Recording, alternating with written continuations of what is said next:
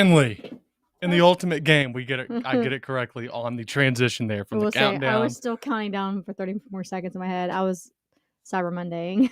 No, that's fair. That's fair. It is Cyber Monday, isn't it? Yeah. Oh, I got to take advantage of that before the 9 No. Sorry about that. When Chad doesn't do the Christmas shopping, he forgets about the deals. Whoa. This is what happens. I go shopping and I'm like, hey, do you like this? or this?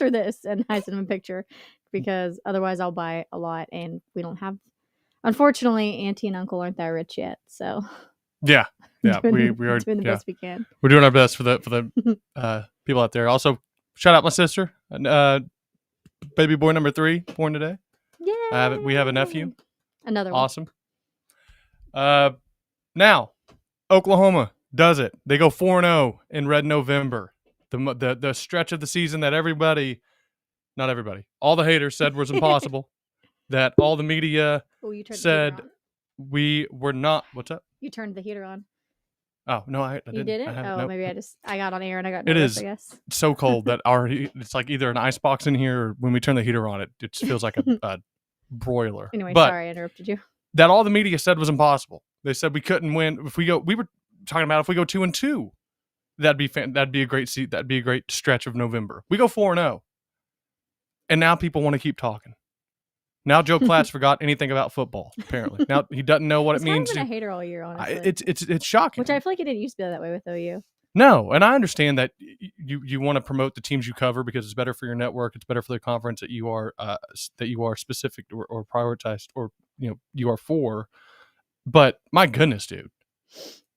To act like well, we'll get to the CFP stuff. Don't worry about that. But I do want to bring up this comment over here. Okay, already. I can't tell who it was. Up a little bit. Sorry, gotta get my mouse through there. I remember how he felt a year ago. Now here we are in 2025 talking about the playoffs, baby, and BV we trust. Some of us, yep, we didn't. We believed in the guy. We need to find a way to just hang this from the ceiling with one of those little invisible strings, which just sits right here. I may be wrong, but it's highly unlikely. What did we say last year, T? Hey, we said this would be the year that we'll judge him on. And you've been saying really since the hire that this would be the year. I went back and I went to the vault. I went to the records. You did. I went to the same place. Too deep. Should we probably introduce ourselves? That's why I rely on the pro. Go ahead, T. All right, everybody. My name is Tierney Smith. I'm Chad Smith. And we are the Sooner Smith live show here at the Voice of College Football Oklahoma channel. We are live every... Sorry. That was so dramatic. It was. Here every Monday at 7 p.m. And we also do post-game shows, so we won't unfortunately have one this Saturday. Josh will be live on Tuesday at 7, Thursday at 7. And I don't know if he would do Sunday since we don't have a game. Maybe he'll... Probably not. There's more reaction here. Unless he just wants to do any recaps from the championship games. But definitely Tuesday and Thursday. Boom. If you're a neuter. Oopsies. If you're new to our channel, you can go ahead and like the video and subscribe to our channel because we're trying to bring out lots of content to you guys and build a very good community here. We have Modern Day Caveman. Stacy's always here. Steve's usually here, but sometimes he comes walking a little bit late. Work stuff usually. So some of our regulars out there, Caden's not in here yet either, but we like to build this community and get to know your thoughts and see you guys in the live chat, as well as you can share the video whenever you can. That also helps us spread the word. You can also follow the Voice of College Football Oklahoma on all major social medias. You can follow us as well. And Josh, our names are in our little tiny name box there, if you can see it. Yeah, to be fair, I'm not sure how. That's the only way I can get them up there. But but they're still there. Figure out how to make them bigger. And then you can check out our merch shop at vocfb.com/shop. It's Christmas coming soon. I think Stacy said she wanted to get herself a Zeno Zone shirt for Christmas. So they are out there. We have a Zeno Schooner, Touchdown Zeno, of course, and then we have tumblers and t-shirts. Which this is just like an objectively cool tumbler, even if you don't want to. Just at Oklahoma colors, everything. In my opinion, I'd rock it. Whatever. Well, you do rock it. So, anyways, I mean, outside of even if I wasn't associated with the, I'd rock. Yeah, but those are some of the things we got going on here at the Voice of College Football Oklahoma channel. All right, now we can get to venting. 17-13 is what Oklahoma won the game by against LSU Saturday. Our scores were off. In a what? Our scores were off. Our predictions. Our scores were way off. Yep. I played in a golf tournament that morning. I was planning on getting there about halftime due to thankfully to the longest first quarter in like OU history, which is almost like 50 minutes long. There were 5 possessions and it took a total of 5 minutes and 13 seconds off the clock. I was able to make it there about 9 minutes left in the second. Yeah, if About, not sooner. if not sooner. Yeah. And shout out Chris Plank for talking about how cold it was going to be. I was on my way walking, turned around and got my big winter jacket out of the back of the car as well, instead of just my little OU one I had, which saved me at least. But OU obviously won, as they have won the last few games. And for those in the media that are national people that acted like they knew anything about Oklahoma football and finally the last game of the year actually watched a game, they apparently thought our offense was 2017 OU and our defense was that good too, because they were shocked that we struggled to score and that we won the game, Tierney, with a part of football that is typically viewed as part of the team with our defense and our special teams. Now, I don't know, because I listened to Joe Klatt today and that idiocy, and I see him say Oklahoma, probably the weakest team in the playoff. You look at the Alabama game, they got outgained by 200 yards, and they only won the game because of turnovers. I'm sorry. I thought if you got turnovers, you were a good defense, and that defense is a part of your team, and that makes you a pretty good team. Mm-hmm. I didn't know you just got to say, well, heck, you won because of turnovers. The offense isn't good, though. Probably shouldn't win probably shouldn't have a chance to win a championship. Didn't know they did that, because Trent Dilfer is going to have to give his ring back, because he piggybacked an entire Super Bowl off the 2000 Ravens. Peyton Manning did the same with the Denver Broncos. Oh, okay. You said Peyton Manning. Just kidding. I thought you were. Oh, he did. He was a zombie. Like Tom Brady, that was his whole career. People know that. But yeah. on top of that, and again, this is just venting. I just don't understand where the reactions to how OU won, how those reactions are just so. It's like people just saw something new or something and are having these epiphanies about Oklahoma football. It's been this way almost the whole season, especially post-injury. Mm-hmm. And nothing's really changed. We've gotten better in 2 of the 3 facets of the game. And they have won all the games they needed to win. Now, both of us, I think credit to ourselves, would be objective and say, look, we don't think we're a national championship winning team. I wouldn't pick us to win the Natty because of our lack of ability to fire on all cylinders on offense. But we said that we were good enough to get to the playoff. And what is so wild, and I think is even more encouraging when you hire an expert on one side of the ball like Brent Venables, is our defense is that good. That we are one of the 12 best teams in the country, I think, objectively. And that is just because of how good our defense special teams are, in spite of our offensive incapability and sometimes, our offensive drag at certain points. And I think there's somebody put a tweet out there that I think summed it up perfectly. It's not what you said. It's like, do I think Oklahoma was good enough for the playoff? Yes. Do I think they're good enough to win? Always like, no, just because I think their offense is lacking. And I think somebody at some point will score more than 24 points on them within that stretch to beat them. He's like, but do I want to be the team that plays them to find out? Heck no. I think that was the Film Network guy. He was like, do I want my team to be the one that tests them out on offense or something like that? He's like, heck no, I don't want to go against that defense. No. And I think that it really is a good assumption, because while, like, yes, I think we could. Our 2000 I just think the era of football is just so different than then. Not to say, like, but even then, not to say we can't. We're just saying it's going to be a lot harder on ourselves. We're going to have defensive turnovers, and you're going to be playing some very good offenses. But nothing they haven't been used to all year. I don't know. Our defense really is good. And like somebody mentioned too, and that's really how it felt in the stadium, because you said it to you said it, you're like, it just kind of feels like if we get points on the board, the game's over. And yeah, we didn't get points on the board that turn, but then the next time is when Stenga scored his touchdown. And it's like, we just knew the game was over.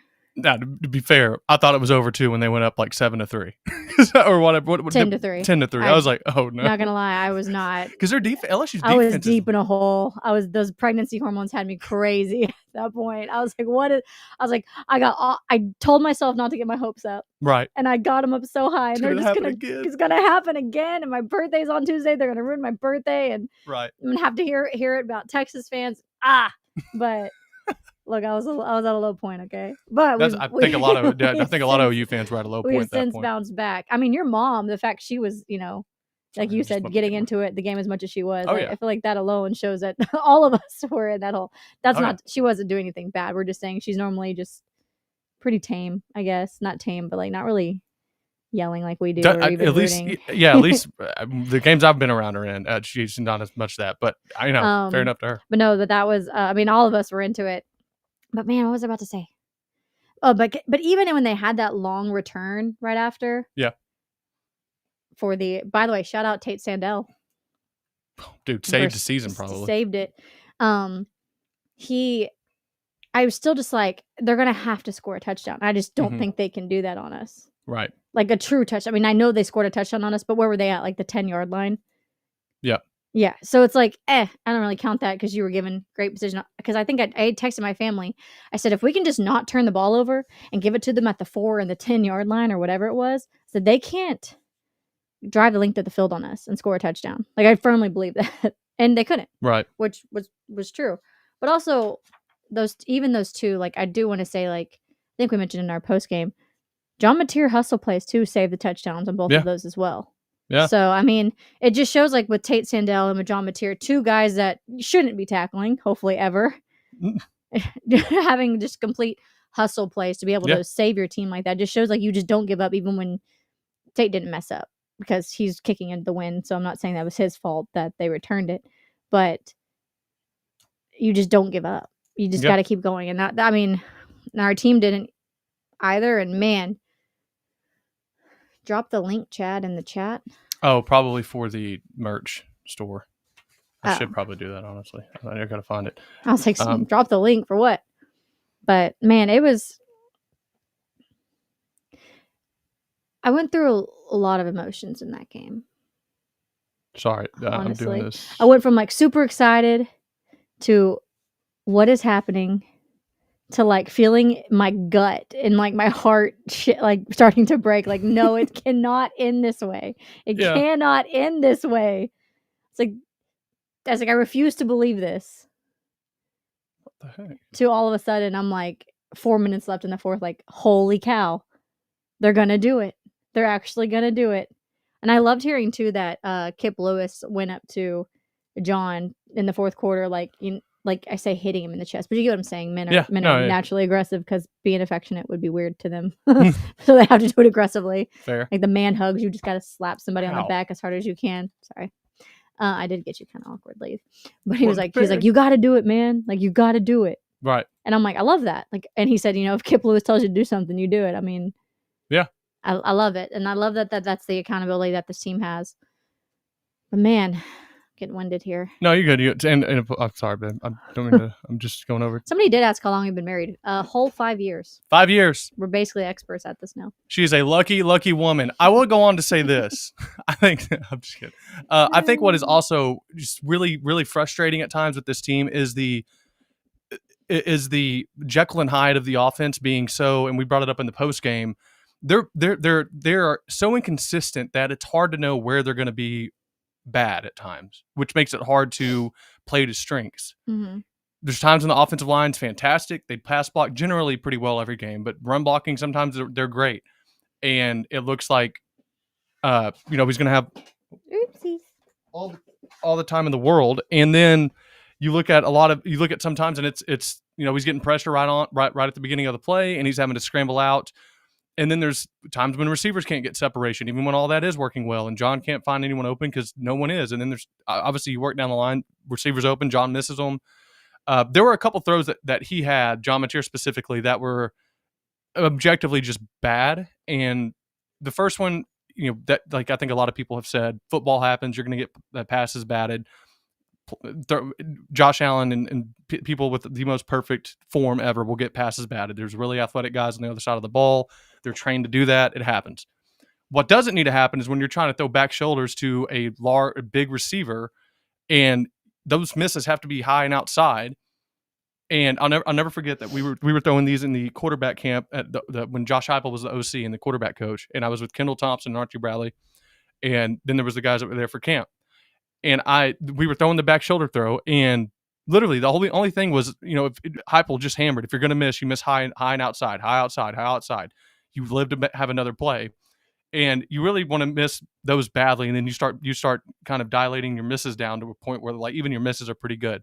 He throws it low and inside, almost like it's like a deep slant, and it's just bad. One of the easiest picks I've ever seen. Like that is just a bad throw and decision, and that's where you get to the point where it's like, John, I don't know what you're seeing or where that even comes from, but that's not a pressure in his face issue. It wasn't a receiver wasn't open issue because the route was just, hey, Giovanni, back shoulder, go be a better athlete. Mm-hmm. And here's the thing, career high in receiving yards for him this last week, 3 catches, I think 66 total yards. He's showing a little bit now each week that I think you can start relying on him to be a playmaker. you got to give him better throws than that, And it was good to see Deion Burks break out and have a run. Looked very fast again, like he did back in the Michigan game. There's a couple things to be encouraged about. This 3 weeks, I'm so glad we're not in the conference championship. I don't want us to be playing this weekend. I want us to be resting and just doing nothing but letting our body go. Do you think they get till they get rid of those even? I don't know. For because that reason exactly. It's such a moneymaker for the conferences in terms of. I was reading a story about it and how many millions they make just off that game in terms of ad revenue for selling TV slots and the suites at the stadium. And Venables always had a great point about the national championship game. The environment really in terms of the teams isn't good, really. It's kind of lame, he says, because it's so corporate. Everything's sold to companies or corporations to buy because they want money. There's really not a lot of fans. He said it's probably like 60% actual fans and 40% corporate and executive and people wanting to schmooze clients and whatnot. That you don't get much in terms of the hype in the championship games. But you make a lot of money doing it. It's my only point. I don't know. I'm with, and I had this disagreement with a couple years ago with myself. Yeah, I would too. Yeah, that'd be nice. But in terms of the money, I don't know. It's gonna be hard. I don't want to play in it. I don't know. It's almost to the point where, and also to your point, it's Alabama's. He's not saying we need to lose and not playing it. He's just saying there is a benefit to not playing it. Right. So he's not going to say if we make it, he's going to be disappointed one day. Oh no, not at all. Yeah. But just look at Alabama. I mean, I'm sorry. For me, this game could, if I'm on the committee, and I would say this for any team in a conference, which is why Notre Dame doesn't get this benefit of the doubt. For me, if I'm on the committee, the championship game only helps you. If you're ranked number 11 and you lose, you don't get dropped in my book. I don't really care even if you get blown out because you were good enough to get there, and I'm not going to penalize you for playing the extra game and being good enough in the regular season to make it. It's my issue with, and I won't say the name, but there's one person in the NBA who's played in a lot of championships, took his team to a lot of championships, and he's penalized because he was good enough to get there on teams that weren't good enough to beat the other conference's best team because he was really the only good player they had for several years of his career. And at age 22, he takes his team all the way to the NBA Finals against San Antonio and gets swept, and everyone talks about, oh, but you got swept. On the other hand, there was a 22-year-old in North Carolina who became pretty famous who was getting beat in the Sweet 16, but we won't talk about that. He's regarded as one of the greatest ever. I don't know. I'm not going to get on that tangent. Anyways, what I'll say also... Sorry. No, what? No, just said too late. No, you're good. I just wanted to... It just makes me mad how these... To your point about conference championships and all that. You, like how it helped us when we beat Texas and ours. Like as our revenge game. That was our one loss. We avenged... Was it our one loss? Yeah, that year. We avenged it with Kyler. We're able to get into the playoff that year. But I mean, my biggest thing is more so like if we were playing in this crap and like shout out to Shop Double Team. It's also got lots of really fun Sooner gear there as well. Their stuff's really, really cool. It's really, really cool. They have Poke stuff too, but I don't think anybody's listening. And I believe it's just Those are Poke bands.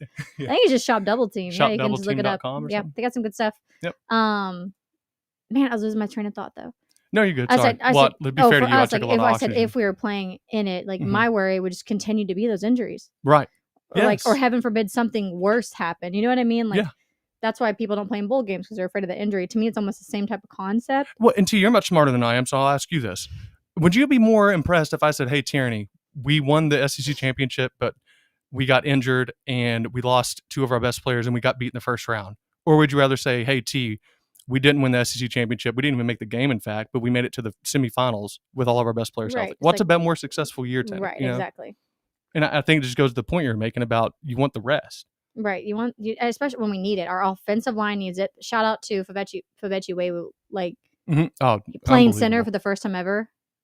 Can't be easy. I've never been on an offensive line, but it seems like that'd be real tough. Seems like it would be tough. And then you got to play center on top of it. You got to have your hand on a ball just ready to not get ran over. Shout out to him, man. I'd say play his butt off. I'm not an analyst. You can listen to Gabe to see how he thinks he did. But for me, if you're playing a position you never played before and you didn't have any errors, like you weren't snapping it over everybody's head or doing anything crazy like that, like applause. I mean, we have Derek Simmons who's still beat up. We have Jake Mikula. I hear it pronounced different ways, who apparently was having a terrible infection. Right. So hopefully he can get better. Our running backs are hurt and taped up like their mummies. So hopefully they can get better. Then, of course, we have R. Mason Thomas. Maybe Gentry Williams can get back on with I'm assuming his shoulder. And I think he will, yeah. There's somebody else on defense I'm missing. Kobe McKenzie's kind of been beat up. Kendall Dolby will Kendall be able Dolby. to. But that goes back to, are Kendall Dolby and Javonte going to play? I know that post-game doesn't matter to them. I mean, in terms of no. Sorry, I'm not saying it doesn't matter to them. I'm saying like as far as like like going towards any type of red shirt or anything like that. That doesn't matter. Like it doesn't count. So I mean, maybe it'd be nice to see some. Right. If we needed the extra bodies, to go out there and do it. Yeah, I think that you have to have those guys, especially Barnes, come in. And I if you didn't listen to the Oklahoma breakdown, always go listen. It's fantastic. But Gabe made a comment about would he be comfortable with Javonte coming back now, and he would say, "I'll be honest." Listen, I'm paraphrasing it. He had obviously nuance to the point, but he was like, "I wouldn't because he hadn't played, and we've needed him these past few weeks." I'm a little bit indifferent in that. I'm a capitalist by heart. Sorry, I don't mean to be mean to people, but I do understand that. Like, look, at the end of the day, he gave us 4 years. He was here through all the rough times, the horrible years we had to play. He never took a game off. He was always there, and I think even DeMarco might have gone to him and said, "Hey, look, man, you're not going to play much. We have guys here that can do more. If you want to take the games off to save your red shirt and go to another school and make you $50,000, $100,000 for whatever they'll pay for a running back at a different for another year, all power to you." And I think as frustrating as it can be for OU fans to see him out, he gave so much in years past. I understand that on like an economics level. But as a teammate, like if you need the bodies, at the end of the day, you need the bodies. And he provides a lot of, in terms of the run blocking whenever on the sweeps. A lot of people don't remember, the Michigan game when Deion Burks had that little pop pass they do when he's motioning across. It was Javonte Barnes that was blocking Parham. Or no, that was the first half. It was Javonte Barnes blocking their left end. And he blows him back. I mean, he creates a big hole that Burks ends up scoring through. And so I think he provides a lot of benefits in that regard. And also just not having to play X-Rob when he has literally no knees left. And then Blaylock's shoulders all wrapped. Yeah, it's just, and you credit those two for being that tough, but you're at a place where you shouldn't have to be. Yeah, exactly. It's called a running back room, not a running back closet. Like there should be more people out there that are able to. I shouldn't say two dudes are in a closet though. That's not. Yeah. Anyways, Jeremy in Oklahoma, thanks for the comment, man. He says rather see Blaylock in there instead of Ott. He hasn't done anything. What a bust. He didn't earn his money. Well, Blaylock was hurt too. Yeah, so that was the issue. So when you saw Ott in there, it's because both X and Blaylock were in injury tents getting taped up. Right. Ibuprofened up. They got stronger stuff than ibuprofen. I'm just putting that out there. And so like you had to have the body, which I personally think I would have rather see him. I would have liked to see maybe Jada not get a handoff just to see. But then at the same time, I guess if they don't trust him or they don't think he's earned the opportunity to get a handoff. Who is this? Ott. Sorry. I was like, it has to be it. I really don't know. And I will say, Ott got in, and if John Mateer hands the ball off to him on that that's what I was saying. Read, it's like, maybe they said maybe they just said like, do not, whatever you do, hand the ball off here or something to Ott. Yeah. Maybe they don't try.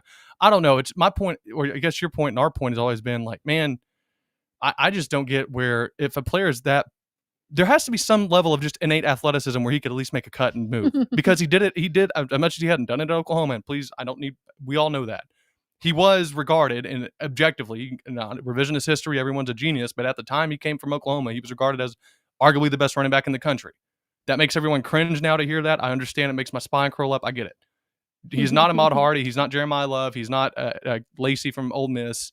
He's not. But at the time he was. So there was something that he had done in his past in order to make him good enough for that sort of opinion on him. It's like, man, he can't just run. Can he not run straight? I mean, I don't. Anyways, we don't need to get off on that. But you're right.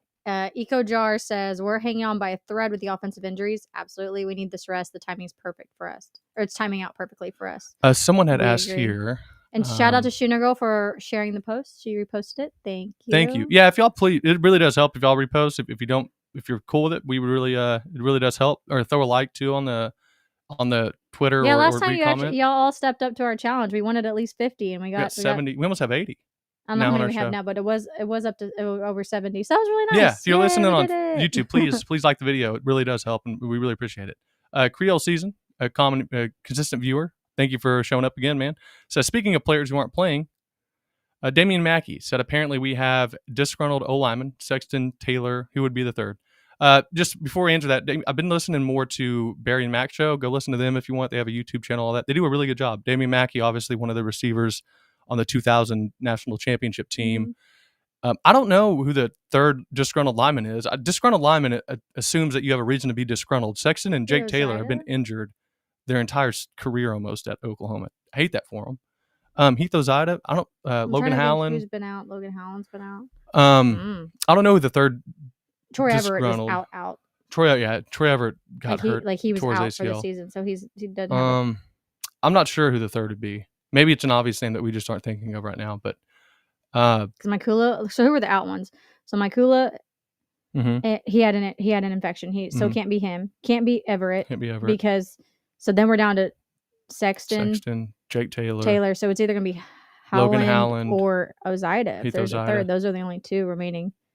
And maybe unless it's somebody playing, unless it's somebody who is playing and be mad that they're not getting enough snaps or getting pulled for like errors. I don't know. Yeah, I don't know. It's a good point. We're sitting here doing like those deduction games. Yeah, I am, and I think for Ogden participate in senior day. Yeah, that's right. Hey, nice. We have 13 likes. Thank y'all so much. That's awesome. Maybe Simmons getting beat out by Foj. But he also was injured. Didn't he? Derek got Simmons injured, got hurt, so then Foj had to step in. But then now it seems like they're interchanging. Yeah, I think that the best offensive line makeup we have is whenever you have Fabechi at So what Gabe had said about Fabechi at center, and he's like, look, I think he's the best center we have because of how strong he is in his lower body and how he really sets and he attacks off the line, off the snap in the run game. He goes, but I think the best combo of O-line in terms of just the most consistent and the most deepest we have is just with what we had before Simmons' injury with Mikula, Fabechi, and then Derek Simmons, and then having EPL and Michael Fasusi.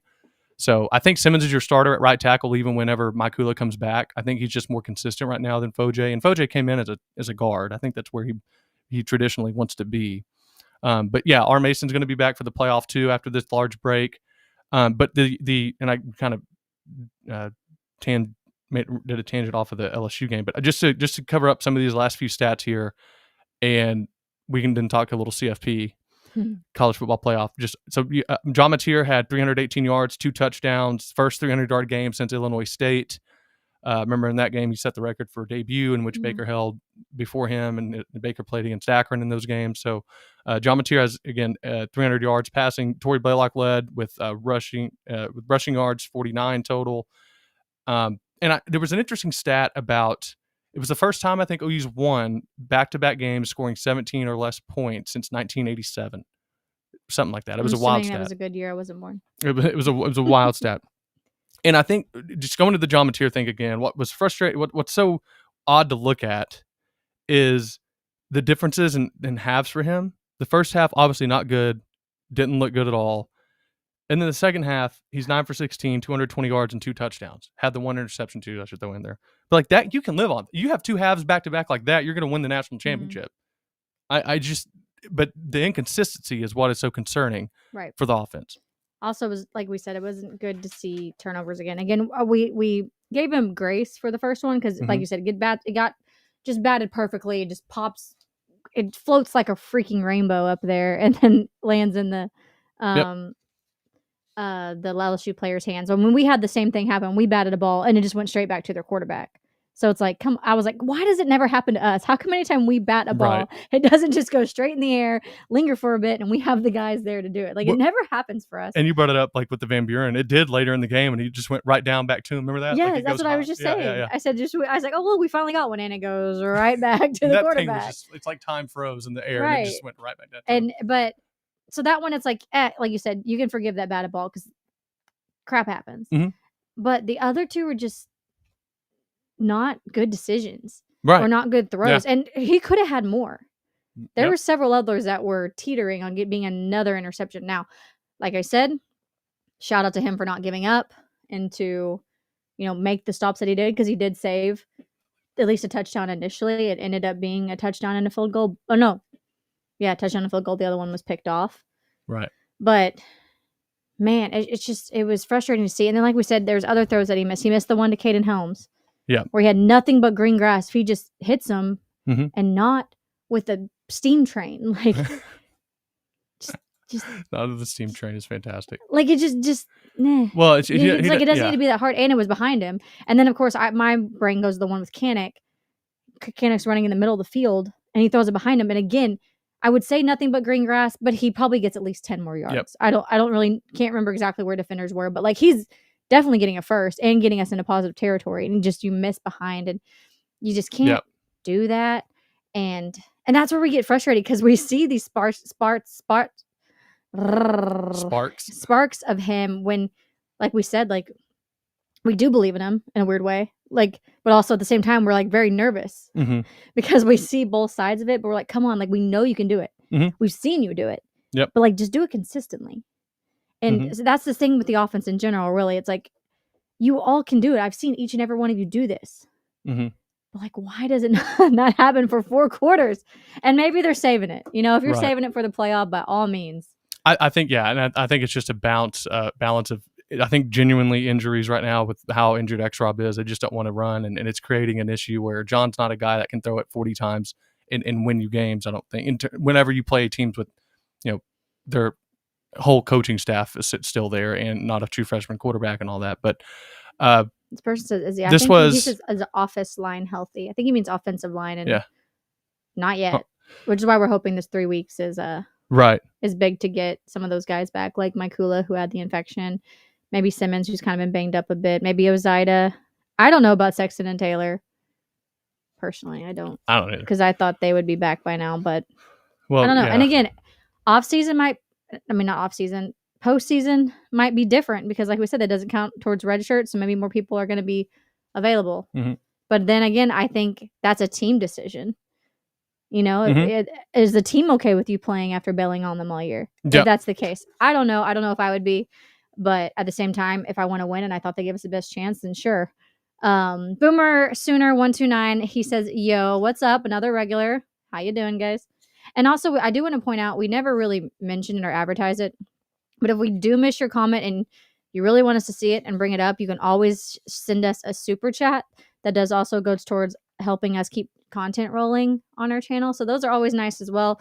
Never required, but just appreciated. And definitely if we miss your comment, that's just a good way for us to put it up. All super chats will be put on screen unless you say something out of pocket or like that's not stream worthy or stream appropriate. But 99% would be put on. Couple stats here to start before we transition, just to talk about the playoff and matchups and things we're excited for. First off, Boomer Sooner 129 says, "Yo, what's up, man? Hope you're doing well."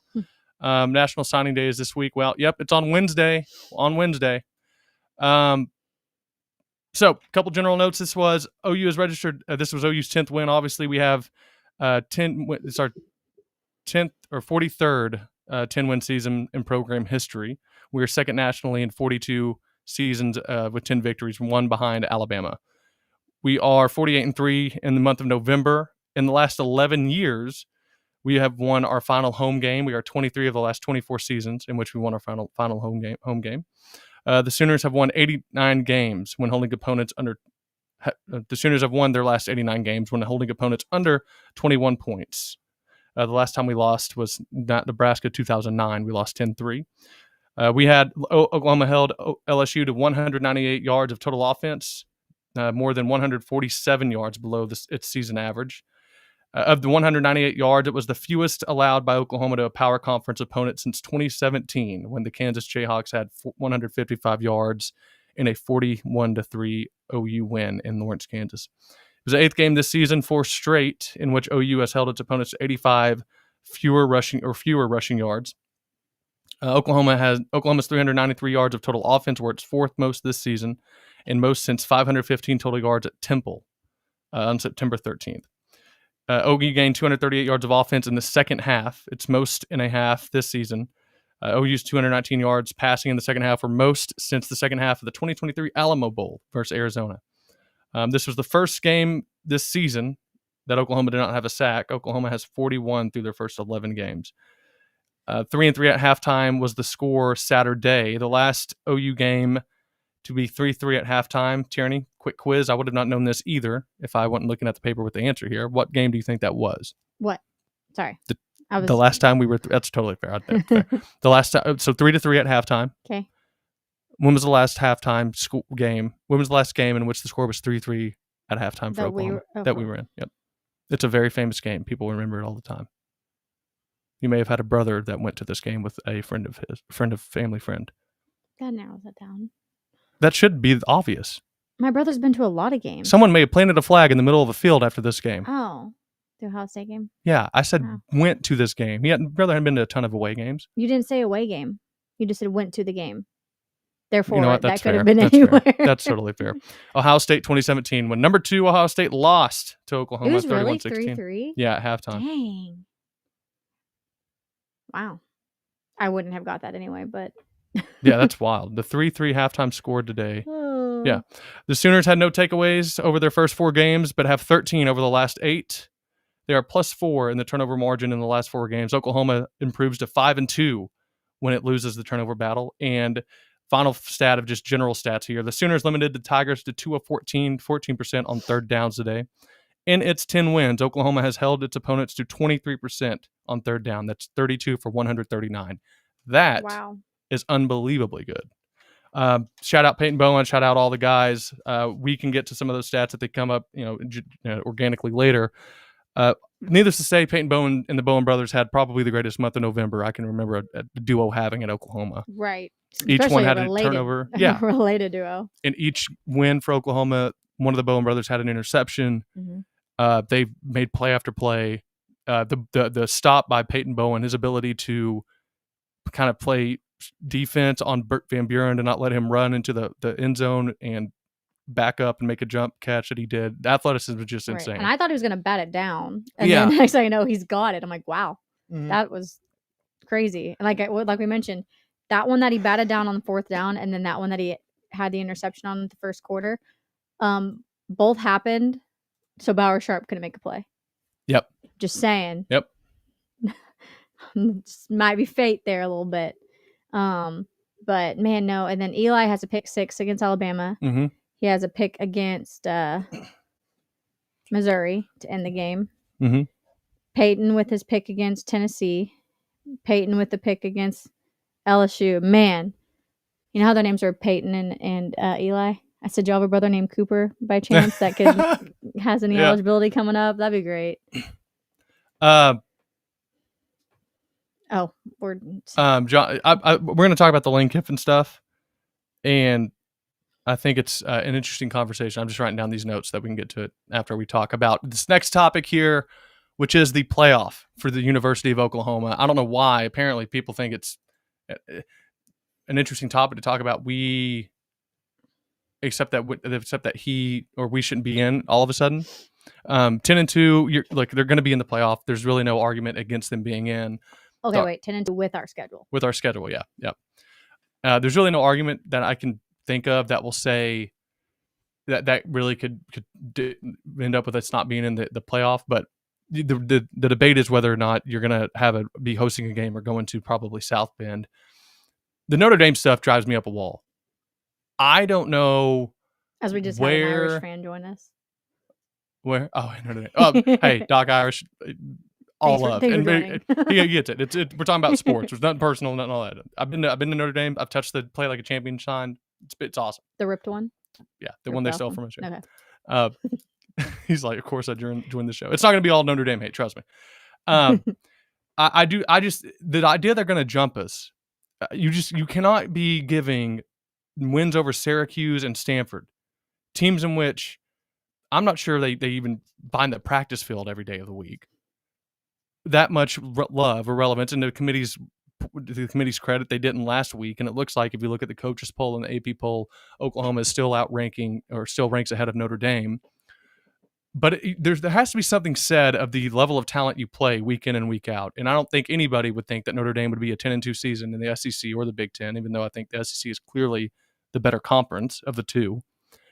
That Notre Dame would be having the statistical success that Jeremiah Love is having in the run game. When that's why people ask who was the best running back. For me, it's still Ahmad Hardy. He's doing it against NFL level type talent every single week. Some big offensive linemen for sure. And the D linemen that he goes up against are every single week. There's a guy that's going to be projected first round. I feel like in every week we play, he's doing it against that. He's not doing it against teams in which I think it might be even different now with Stanford, but at one point 4 of Notre Dame's wins were against teams with a combined record of 4-46 or 4-26, I think. It was ridiculous. But on top of that, you now have people saying that because Oklahoma's offense isn't good, they shouldn't get in the playoff. We mentioned it earlier to start that the team's made up of 3 phases, and 2 of our 3 are national championship level good. Mm-hmm. For my money, our defense is the best in the country. I'd probably say our special teams is as well. If you factor in punting and a field goal kicking, you're going to have probably the Lou Groza Award winner, which we're going to need to put that link in the chat later. But there are just problems I see with trying to decide then who gets in terms of Miami, BYU, what happens in conference championship day. What do you kind of make of this whole push now to discredit Oklahoma's wins and to say, look, they might be good, but this is not a team that's playoff worthy? Okay, but at this point, like we always talk about, what does playoff worthy mean? Right. Are you talking about the 12 best teams or the 12 most deserving? Right. So like there's a difference there. So if you're one of the 12 best, we've already talked about, there's probably not an ACC team and there's probably not a G5 team. So if you want to go with deserving, who has a better resume? Mm-hmm. There are other 10-2 teams. Yeah, that's great. But when our strength of schedule is 30 points above theirs, or like 30 places, if you will, like we played a substantially harder schedule and won just as many games as you. And that's where my biggest lie is. And we don't have a bad loss.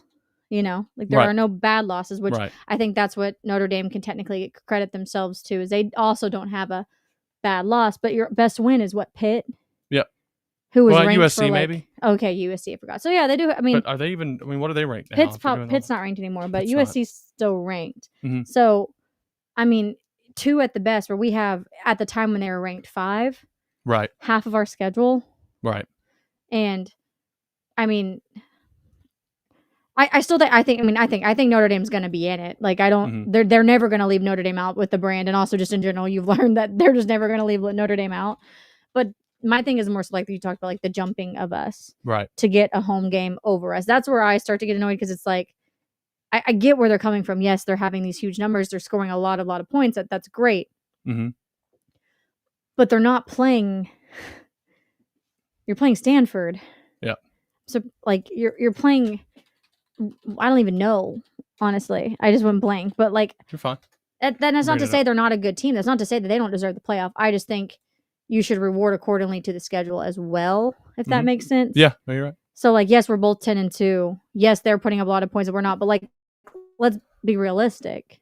Right. And here's the thing. I don't even think OU scores 70 points on, who was it? Syracuse. I don't think we score 70 points in Syracuse. Well, yeah. I don't. So, it is what it is. But, wow. I'm liking this D-Rock Irish guy. It's like reasonable. He says, I don't think we jump Oklahoma. Schedules, yeah, that's fair. 4 to 5 years. No. And we're not,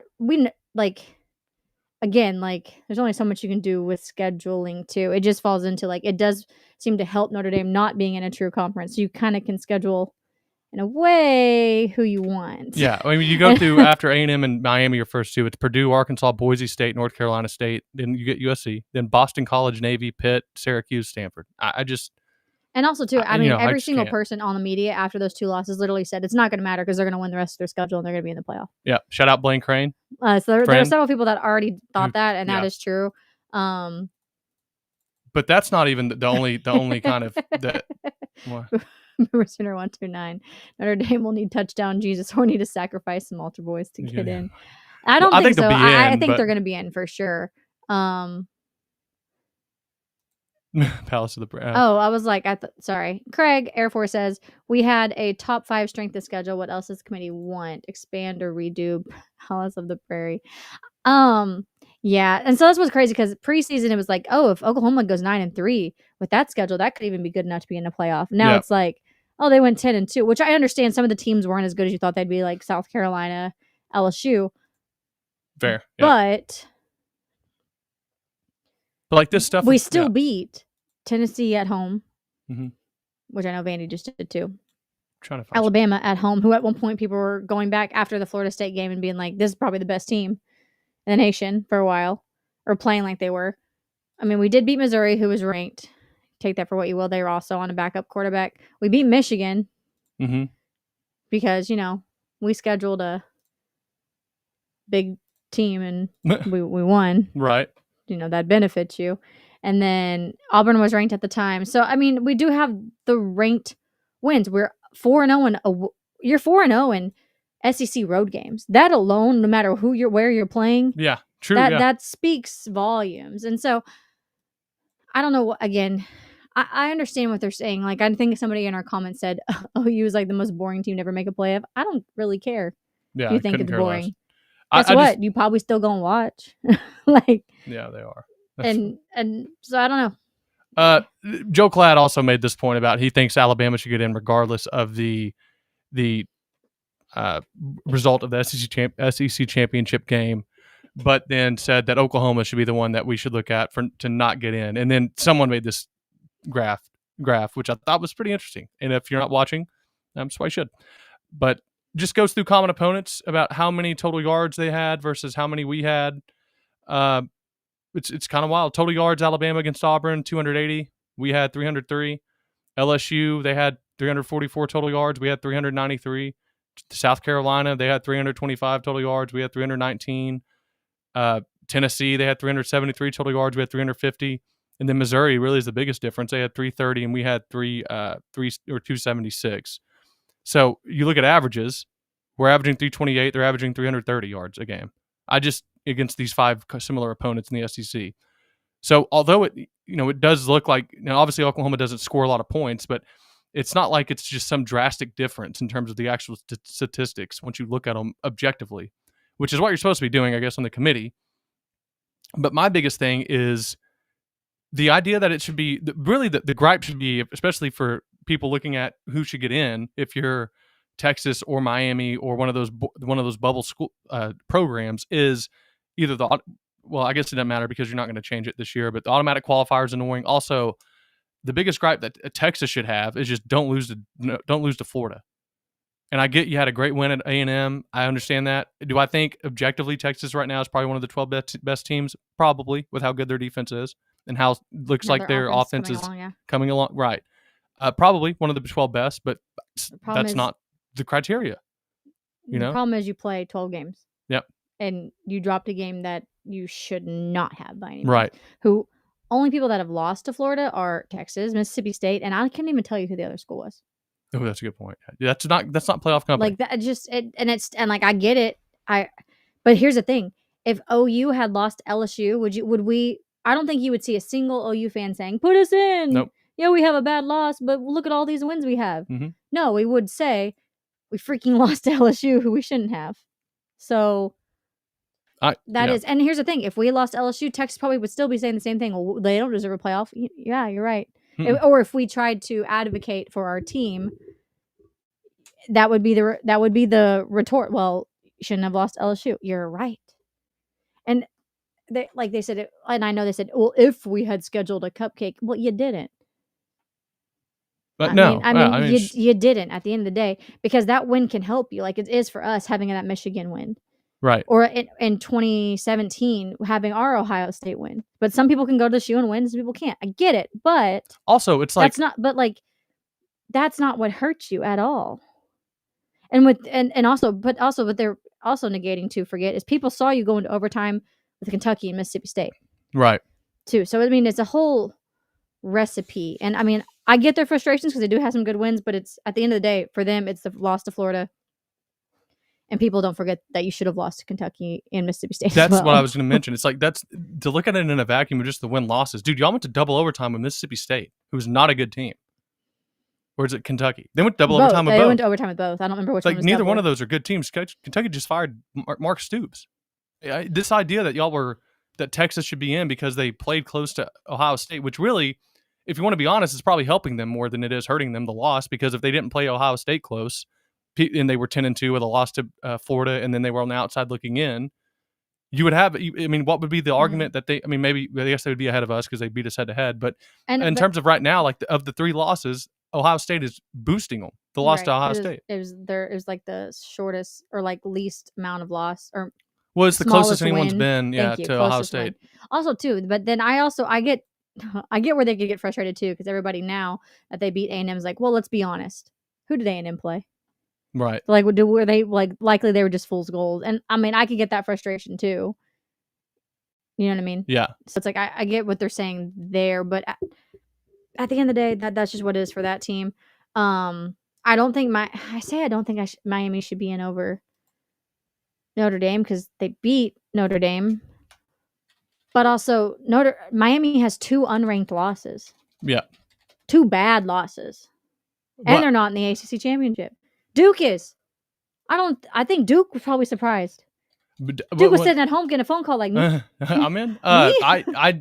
What's interesting is the whole issue of does the ACC even deserve to get a team in, which I don't think they actually will if. Oh, that's bright. If Duke happens to win. If Duke happens to win, and they can beat Virginia. I mean, it's not like it's crazy to think that they can beat them. I don't think they'd be favored, but it's not some wild idea. It's not some wild notion that they win the game.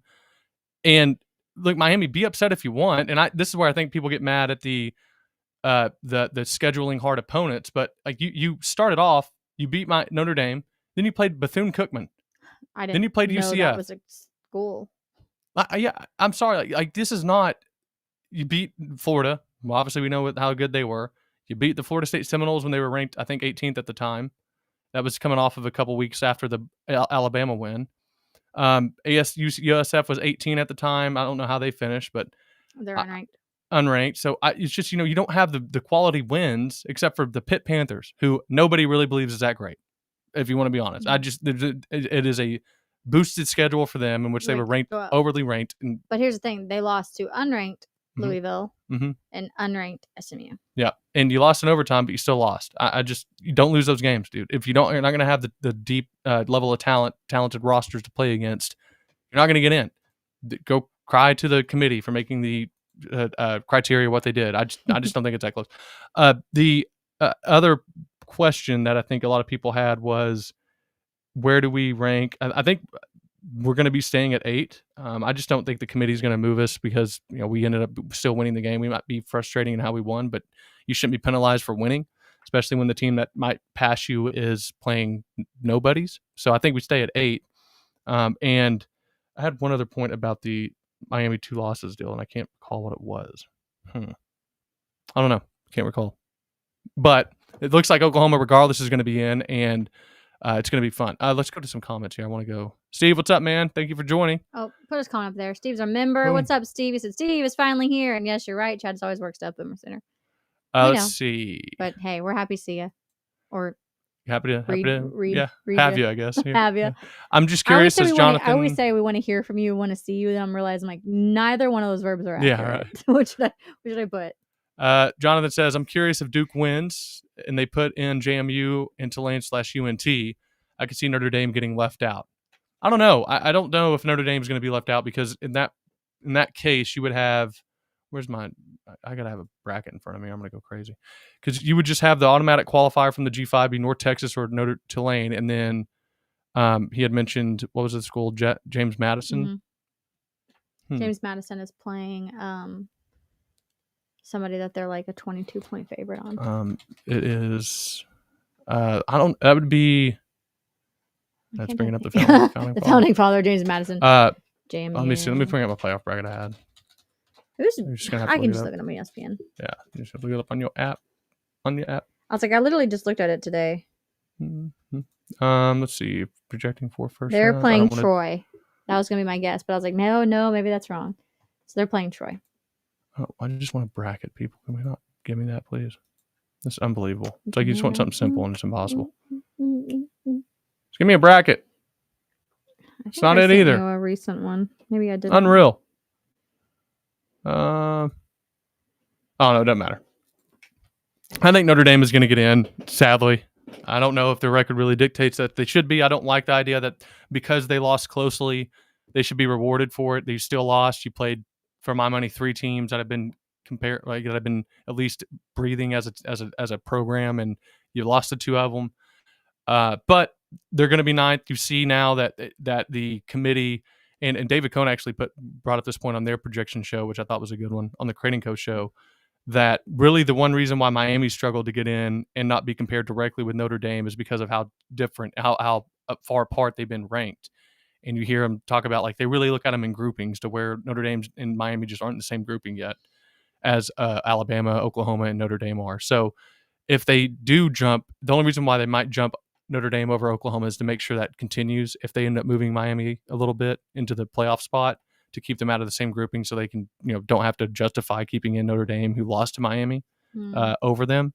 So I think that's a good point. That might be something they do, but they seem to reward. I think at least it goes by too, though. Like you can say, oh well, yeah, they beat Notre Dame, but right. You have 2 bad losses where Notre Dame has 2 good losses. Right. Where like it's the same thing with justifying keeping us and A&M over Texas because we don't have a bad loss, and A&M doesn't have a bad loss. Right. So I mean, that doesn't really make sense to me because even though you beat someone doesn't mean that you don't get to go to the playoff. Right.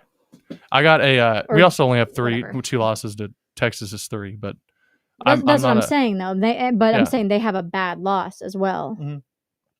So even though we have 2 losses, even like we said, take out the Ohio State and they're 10-2, we don't have a bad loss. They do.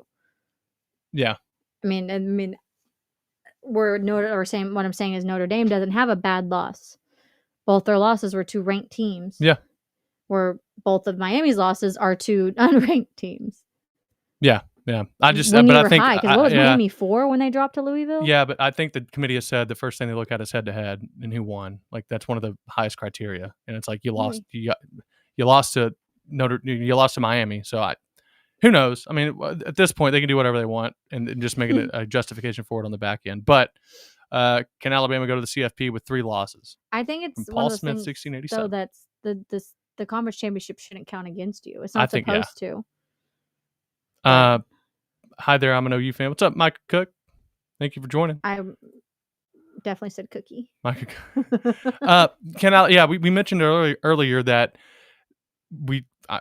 I think they should, because I think they are one of the better teams in the country, and I think that it's dumb to have, like, for example, if Alabama wasn't playing this week, they would be in probably, because they wouldn't have to worry about losing a game. Where like if Oklahoma played, I'd be worried that, man, if you lost could this, they pass? Could Alabama be like, pass? Yeah, go give it to Ole Miss. Right. And another thing with the Texas stuff, it's like, dude, whomever. It's like in your losses, not only were they bad, but the teams you lost that were good, besides Ohio State, like Georgia, don't get smoked by Georgia at home. That's one of my biggest things. Like don't play them close, and maybe you have a better argument. But there's really just nothing to justify putting you in, other than we just think you're one of the better ones. But who? Georgia. I'm talking about out Texas when they lost to Georgia and they got blown out. Yeah. But that is, one of the bigger reasons why I think they're going to be left out is just, the one time you played a top team, boom. Echo Jar, if I'm saying that right, I hope Echo Jar. Says 30-47 says it's a business at the end of the day. You want all the big logos you can get into the playoffs, but I don't like the group of 5 teams still getting cut out of a 12-team playoff. Maybe we do need 16. It'll eventually go to 16. Listen, the group of 5 stuff, I'm not someone that believes in equity or like all this, every team gets the equal. That almost sounded terrible. I don't mean I don't believe in equity. I'm talking about in sports and all that. No group of 5 teams ever going to win the national title. It is a waste of a space to include them. I'm sorry. It just is. And if you don't want it, people aren't going to tell you that. They're just lying to you. There is no reason. And I get people like the deal about college football deserves to have these teams. College football deserves to have the best 12 football teams in the playoff. Mm-hmm. All 12 having a chance to legitimately win the national title. Boise State had 0% chance to beat Penn State or any team in the playoff last year. 0. I don't care how good their running back was. 0. It's why I told one of my friends who gambles to bet a lot of money on it, and he did, and he won a whole lot of money. It's like, this is the easy. I don't gamble out of principle in terms of games. It was the easiest money I've ever seen in my life. And people were like shocked that I was saying like it won't be a close game, and it wasn't. It wasn't even competitive. No group of 5 team is ever going to be competitive in the playoff. And if I'm wrong, it'll be the exception proving the rule. No group of 5 team is. So I'm not into this whole, well, you got to have the group of 5 there. Why? You don't have FCS in. They're college football. Mm-hmm. You don't have. There's a lot of college football teams that aren't in the playoff. Mm-hmm. And it's almost like they should have their own playoff. Yeah, honestly, at some point so you're going to have to a shot. Or what you're going to do, and I think sounds bad. But sorry, it's exactly the point though. It's like it's almost like in the Hunger Games when the little weaklings were You turning the element for you. selected to go into the game. You have no shot of winning. You know what I Yeah. mean? Like you're just, but they put him in there. I don't know. But Can't just put all careers, I suppose. I echo John, and I'm not like trying to hate on the idea. I'm genuinely curious. Like, I think they should have a shot. But you're imagine this is, I don't know you're a fan of, but just say Oklahoma. Imagine Oklahoma on the bubble, like we're a 10-2 team right now, and just say for whatever reason Texas has gone 10-2, and we're the team that's like 12th, and Oklahoma is still the same team. We're as good on defense as we are. We're the exact same team. You're telling me that because of fairness or something, you would rather see Tulane or North Texas get a spot instead of us? Like, that doesn't make sense. They have no chance. It is a waste of a space. It's almost a disservice to competitiveness to put a team in that has legitimately no shot. It is this, everyone has to be included, participation trophies. No, you're not good enough. It's not anything personal to you. You're not like good if enough. I would won a dunk contest and a 6-foot goal, and then they put me in the NBA All-Star dunk contest because for fairness, it's like, well, I don't think I'm going to win that. But I mean, okay. He's Echo Jar says, I understand it both ways. I like the idea of them having their own playoff even more. I do too, because again, at least you actually have a genuine shot of bringing home a natty and a ring and a trophy, and you can hang a banner. But we're not in charge, so yeah, it is what it is. Someone said sooner Josh said put in Troy, they will shock the world. I don't think Troy has been relevant since the Bronze Age. So I'm just kidding. And Echo, I'm not trying to, again, I always have to preface by if I sound mean or like I'm I don't know, like overly aggressive, I guess. I'm talking. Yeah, he does sound aggressive. I don't mean it like that at all. I genuinely like the discussion. There are times he'll talk like this to me, but like more passionately, and I'm like, you don't put mustard on it. No, I'm like, are you mad? No. And he's like, no. I'm like, okay, well, you sound mad, and like my which like fight or flight starting to kick in. Even though like we could be talking about you prefer marshmallows or whipped cream on hot chocolate. Right. It can be something so simple, and I'm like, are you okay? Creel brought up a good point. No, if anything, Georgia should be out if they lose to Bama twice. Could you imagine Kirby loses again? Kirby just has an Alabama problem. It is weird that happens. I was going to say, I do think they're playing better now, but then I saw their game against Georgia Tech, and I'm like, eh. Georgia's a weird team, man. When they have it cooking, I think they're probably going to man, Ohio State, I still will give them the benefit of the doubt, even though they've not really played anybody either. Except for they did play Michigan. By the way, if you look at the totals that Ohio State had and that we had, granted we weren't playing in a blizzard, but still, they're very similar. We're not playing in a blizzard. That was tough weather. That was. Someone looked at me and said, that's football weather. I said, no, that football weather's a made up term to make you feel better about being outside in crappy weather. Yeah, I've never been. I get like the teams like the Jets and all these North Buffalo that don't have domes are just, it's stupid. Why are you putting your fans through a whole 4 feet of snow? Well, didn't they have to cancel games because their stadiums were literally covered in snow and it wasn't safe for fans to travel? Yeah, I think they played them the next day too. But it's like, why is that? Just put them in a dome, dude. Like, there's Caden. I was talking about you, dude. Oh, you missed him. But anyways. He said, would you be surprised if? This is a good way to put it by Jonathan, I think. Miami's losses show their floor. Notre Dame's wins show their seasons. If you're going to yawn, just turn to the not right into the mic. I'm sorry. Just you did that off the show. Notre Dame's loss. Yawn where I want to yawn. Miami has a lower floor, but a higher ceiling. True. That's exactly right. Yep. Micah says, I'm glad we beat LSU, as are we. Relieved. Does Virginia jump us if they win? No, Virginia would not jump us if they win. They would maybe go to the 11. Would be like, I was like the G5-12 ACC 11. Which right now it looks like, let's see, what was the last playoff bracket? I'm going to have to go just search it on Twitter. But Caden did ask, would we be surprised if Notre Dame jumped us? Would I? Yeah. I mean, I would be upset. I wouldn't be surprised. I was going to say, I don't think we would be surprised because of how much love they seem to get, despite the fact we are playing harder people. But we would still be upset about it. That doesn't make it right. Yeah. And, But our Irish fan doesn't seem to think that would happen. He said he would be surprised if we actually jumped. So. There you go. Either way, I think it'd be, man, if you could, you would really want to jump to, I'd want to jump down to 10, play Ole Miss the first round to get Indiana. Still, Indiana of the 3 teams that you'd face, either Georgia, Ohio State, A&M, Indiana would be the team I'd want to face of the 4 because although they're the Big Ten schedule they played and all that, I just don't have the fear, I should say, of facing them versus an A&M or an Ohio State or a Georgia. Georgia's that team with like a Georgia Kind of Ohio depends on who State, shows up. right?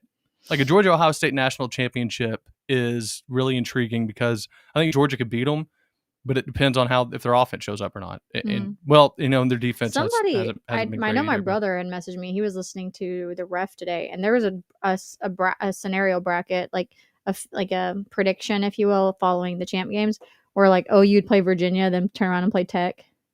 I'm like, let's see.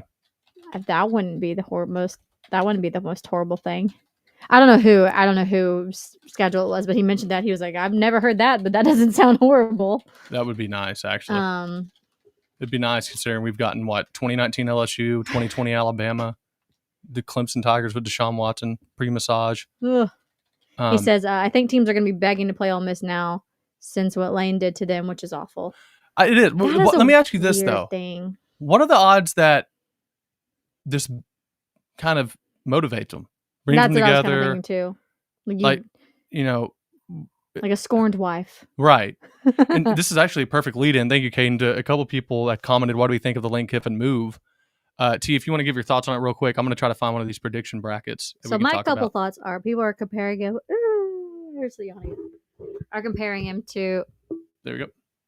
I was just moving away. I moved away. Anyways, people are comparing it to Lincoln Riley, and I get what you're saying, but Lane didn't throw a game to know how to play in the conference championship. Lane was open about being courted by other teams. He was open about going to make a decision. If Lane had said, basically denied all claims, said, I'm not going to be the next head coach at Florida, and then turned around and took an LSU job, sure, you can compare him to Lincoln Riley. If Lane had thrown a couple of these games to ensure that he didn't have to go to the playoff or like conference championship and then a playoff, because different times back then, sure, we can compare him to Lincoln Riley. Yeah. For all the drama that it has been, at least it's mostly been up front. It hasn't necessarily been totally a lie. Now, people brought up like, oh, well, he said having his family back in Mississippi, it felt right. Well, that was a long time ago. Right. And like, I don't really know why he's going to LSU. Maybe he's said it to somebody. Maybe he's like kind of maybe put it out there or somebody has. But it sounds like it wasn't money, because Ole Miss would have matched the money.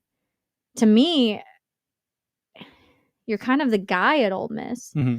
To me, that seems like a better job, because you've built this program, and you're the guy versus like, we've seen the little carousel LSU goes through, that the governor is involved. Yep. And then if you don't do well like they want, you're out quickly. Yep. So to me, that's high pressure. Now, I'm assuming facilities are probably a little bit nicer at Ole Miss. Mm-hmm. Mm-hmm. And things like that. But man, weird deal, man. And exactly, you said I can see Ole Miss being fired up. I can see them fired up too. But it makes you wonder, though, they don't have their coaches, though, to tell them what to do. Right. So you don't have the offensive mind. And then you're potentially losing all your offensive coaches on top of that. So you can be fired up all you want.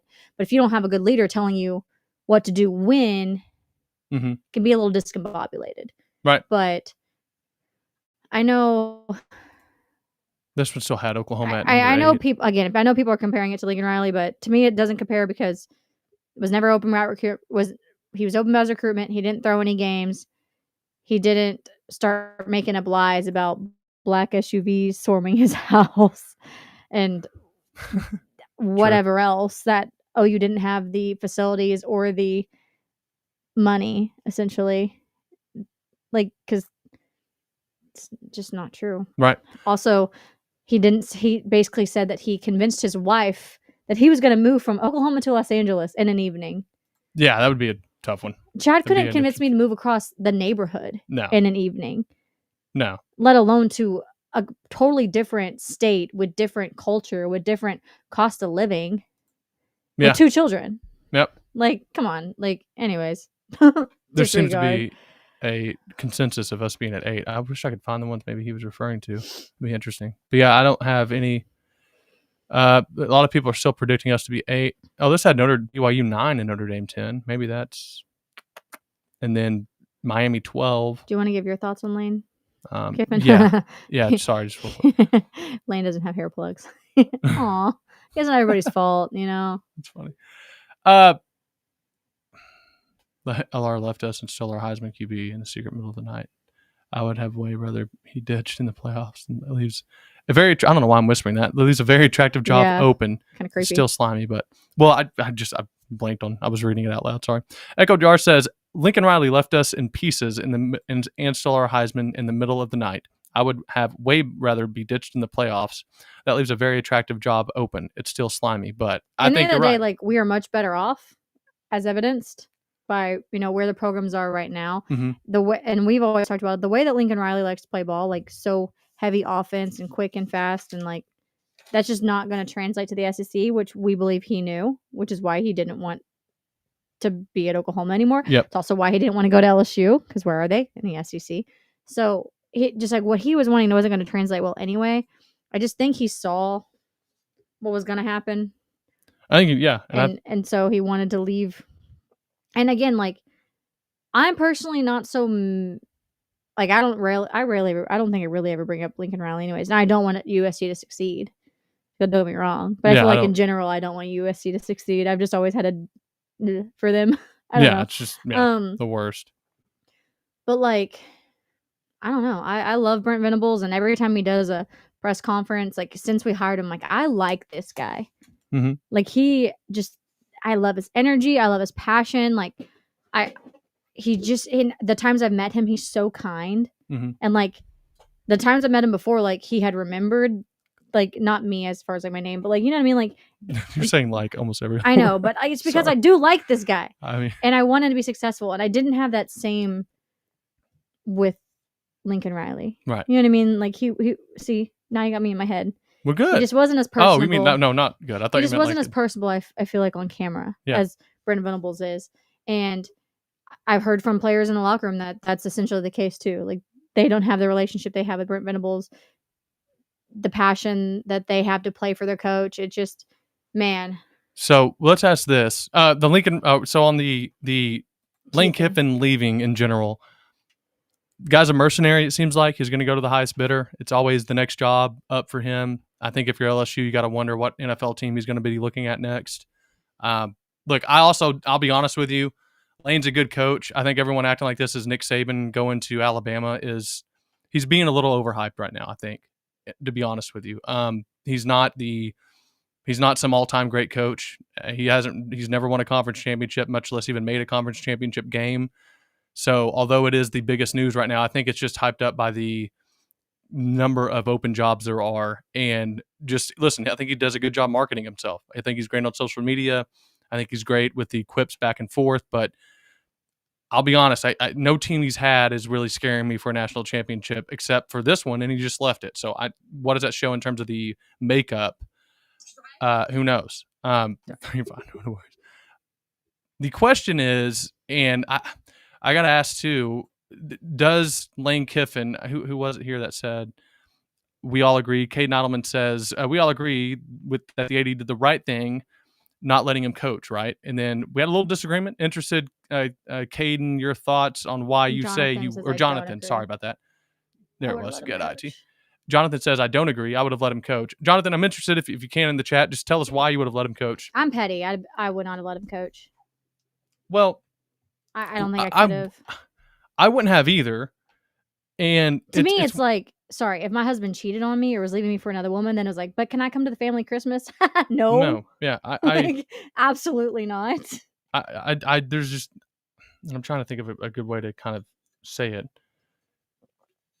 You've made your decision on your bed. Right, where you want to be. And it's like, so go be there. Almost that simple. I don't know why in terms of all right, so your coach leaves you right before the playoff, and not only does he want to leave and hold your assistants hostage and the players in terms of what they're going to play for, it's almost has this shadow now of, yeah, but this is all done after this run is over. You also don't want to have him there whenever you have a national signing day coming up tomorrow. You want to have at least someone in place that can reach out to recruits, reassure them, and say, hey, look, I'm here for the long haul. Don't worry. Also, we'll have it fixed. All you're going to hear on TV is, Lane Kiffin coaching, leaving for LSU. And that's the biggest thing. Get to. And Teddy Lehman makes this point. No, you're fine. You're fine. Teddy Lehman makes this point too. You cannot have him have a national broadcast or ad basically every week about how look how good his team is, and hey, he's going to LSU next year. Come follow him there. Look how good he made this team. Think of how good he'll make LSU. Hey, all the top 100 recruits watching the playoff. Kempton's a good coach, but he's going to be at LSU next year. It's like you say, every time they're going to cut to him, even if imagine they win it all, or imagine they make a run and it's just LSU's next head coach. Although we all said that facetiously in the Florida week, LSU's head coach is going to do this, that, and the other. I just let's see. So Jonathan says he got them to the best season in their history. I'd rather have my team rated and challenged for a national championship versus my team rated and have no shot ever again. So he got them the best season in their history. I'd rather have my team rated and challenged for a national championship versus my team rated and have no shot ever again. That he'd rather have them coach and have a shot to still win it than have him not coach, and then he takes all their players and then they don't win it. Right. That's what he's saying. I think, yeah. Okay. Well, it takes all their coaches because he gave that ultimatum. Apparently, NACO's reported that he told the assistants to be on the plane the other night, or they weren't going to get offers to work at Ole Miss. I get that. I think that's at least fair. I disagree in terms of letting Lane be the guy at Ole Miss while getting to tell everyone come to follow me at LSU. Again, the recruiting thing we talked about. If you're going to make the decision to leave, and maybe the argument more so is with the playoff timeline and when recruiting and signing day is, than it is even the decision to leave. But I wouldn't have, I'm not letting him coach. I think if you want to leave, then go. I hate it for the players, but again, Lane's making the decision to leave the players too. It's not just the athletic department. Jonna said the team is getting poached either way. At least have a shot this year when you've never had a shot before. And I can see that, but that's assuming Lane's head is in it to actually care to win it. I mean, you would think so because you're a coach. But how much do you trust this guy? Right. And you got to trust your head coach. And also, how much are the players going to trust him at that point, too? Because he's leaving you. I don't know. I go back to if my husband was leaving me for another woman and asked, well, can I come to family Christmas because I bought all the kids gifts? No. Take your gifts with you. But I'm a woman and I'm petty. So, I think we've touched on everything. Before we get to the real star of the show, let me break it down for you. We have 500 viewers watching, whether you're watching on Facebook or hopefully YouTube or on X. You can just jump on over to the YouTube. It will take you no time at all, no extra effort really, besides a few clicks of your thumb to like the video. I don't know how many likes there are right now. I'm sure Stacy could give us a head count, but we could get 50 of you guys hopefully to like the video. And then you can subscribe to our channel. You can become a member on our site. That'd be really nice. For as low as $2.99 a month to become a member. And we prioritize your comments, and it just helps us keep content rolling. The higher members, the more benefits there are. But as low as $2.99 a month, you can check out our merch shop. It's almost Christmas, so you can buy yourself something nice or buy somebody else a t-shirt or a Zeno Zone shirt. I think the Zeno Zone ones are cute. I have both. Yeah. The Touchdown and the Schooner Zeno. And if you ever have any ideas, then you can always let us know. Josh is our creator for that. But merch site is she wants there. Yeah, vocfb.com/shop. I think Chad's gonna drop the link. Yeah. And then if you have not already, follow us both on social media. You can follow the Voice of College Football, just the overall site on social media, as well as the Oklahoma at Voice of College Football social media account as well. I don't know if we ever officially put out an MVP of the game. I'm not sure either. I think it's going to be Peyton Bowen, though. Yeah, well, we picked Peyton Bowen, but I mean, another one is it's like. I think we picked Peyton Bowen because of the impact that he made. But I don't know if we ever actually officially put it on Twitter. Mr. Sooner said I should grow a mustache. Well, the problem is he can't. I could grow a beard. No, you can't. It'd take me decades, but I could probably grow one. I could grow one very slowly, technically. That's all I'm saying. At the end of the day, there is 25 likes on the video. Get those numbers up. All right, we can double that. Those are rookie numbers. Let's get them up. Scott Van Pelt with ESPN made a similar analogy as T did with the whole Kiffin situation. Yeah, I mean it is cool. It is similar. It's breaking up with a girlfriend and wanting to go on the family vacation with her and her parents. It's just there's a lot of just that they paid for. I mean, there's a lot of just analogies for it. listen, I think that in just terms of a coherent football program moving forward, you got to move on. As much as he wants to say, play the victim and say, look, I was going to coach and all this. If you wanted to be there that badly and you thought that you had the ability to win championships, you would have stayed, in my opinion, and you would have continued to build what you're already building. LSU to me is not some, especially in the NIL era, not some just destination of that is going to put you anywhere close, I guess, to a title than you already had at Ole Miss. Someone said Chambliss. I would take Chambliss at Oklahoma. I would too, but he's done playing. He's a 6-year player, so he has no eligibility left. That would have been awesome, though, if he came here. Would have been Kyler Murray-esque. Other than that, we will get to Sammy Chan said, "What's up, Smiths? What's up, man? Oof, shots fired. Boom." But you not being able to grow a beard. It's not an insult. He just literally can't. I made to swim. Yeah. Link to Hard to Kill shirts. Oh, he's gonna put one in there. If you want one of those, why not? I've tried to put links in there. If you're not it doesn't work. Oh, it doesn't work. Sammy, if you just text me, I guess the link, and I'll try to go to it and put it up after the Zeno Zone stuff. Anyways, without further ado, as Tio has mentioned, the real star of the show. Let me go full screen here. Our star of the show went 4-6 last week, and so bringing his overall record to 48-25. Share screen. That is a good boy. That's solid. Very good. All right, so Zeno will be choosing 5 games this week. I need to go in the comments and add them. I'm always slow about it. Oopsies.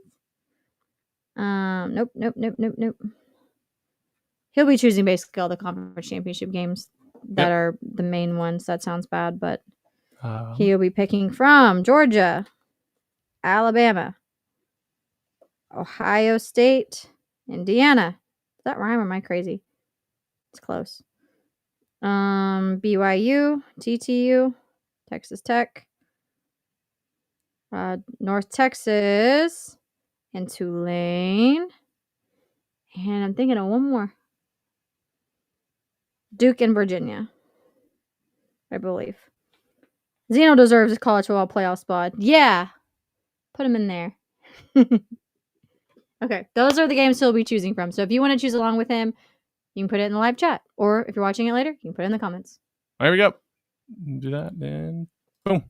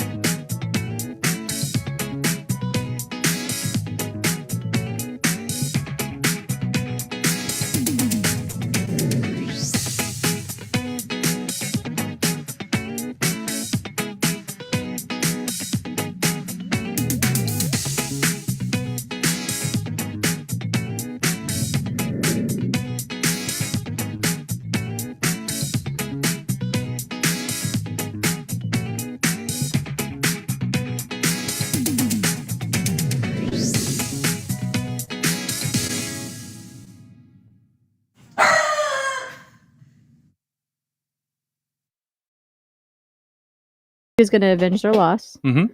He thinks Tulane is going to shut down all the hype at North Texas kind of going on right now. Yeah.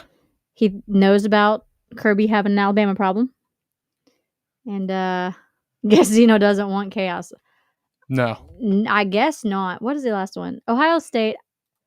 That one was, I feel like that could be a coin toss. I think he just believes in Ohio State more. Because I think he picked Ohio State last year to win it all. I think that was his winner. Yeah. What am I missing?